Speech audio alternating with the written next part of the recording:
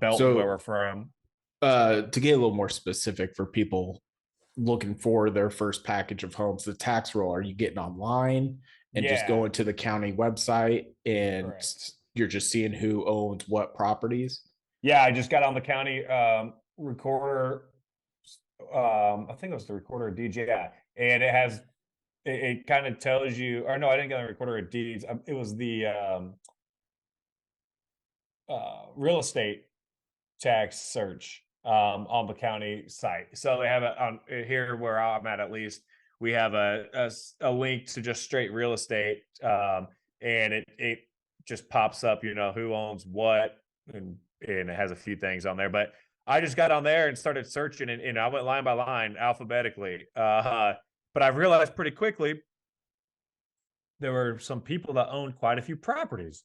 And the county side, as you can imagine, especially back then, was not very user friendly. You really don't have all the filters you have today. Like you had to really dig through and look at it. The government's the last one that's going to make this stuff Yeah, easy to always, and they're use. still not great. They could be so much more efficient, but they make it difficult, which is fine. I mean, I guess that makes it a little bit harder for people to get into the business as well. So I don't know. But yeah, so I started digging in and I started to realize, man, there's a couple of people that own quite a few properties in Belton where I was really wanted to be, or Raymore, just that Cass County area.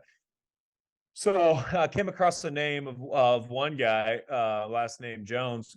Ryan is we have a friend Jake Jones. Guy's a dummy. But we love him. But his uncle or cousin, I'm not exactly sure. I just recognize the name and the Jones name. There are a lot of Joneses, obviously, but in Belton there are a shitload of Joneses.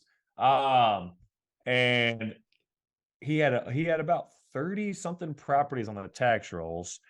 And I thought, man, this is interesting. So then what I did is I actually was asking Jake about it. I was like, hey, are you related to this individual? And he actually was. I don't know that he made the introduction or not. I can't remember how I think I just cold called him, to be honest. I think I got his number from Jake and then just cold called him and said, hey, I want to buy your properties. And what I did is I had a bunch of research that I had done on the properties to where I went back and I just saw, okay, when did he buy them all? I knew probably more about his properties than he did before I called him. Um, but when I called him, he was actually answered and he was immediately interested. Because what I had realized is a lot of the properties had been on and off the MLS, sold within the past couple of years, and then deeded back to him. So in my head, I'm thinking, hang on, why are these properties being sold and then deeded back to him within 3 or so years? It happened two different times, if I remember right, from two different individuals. Told me, hey, there's got to be some kind of owner financing happening, right?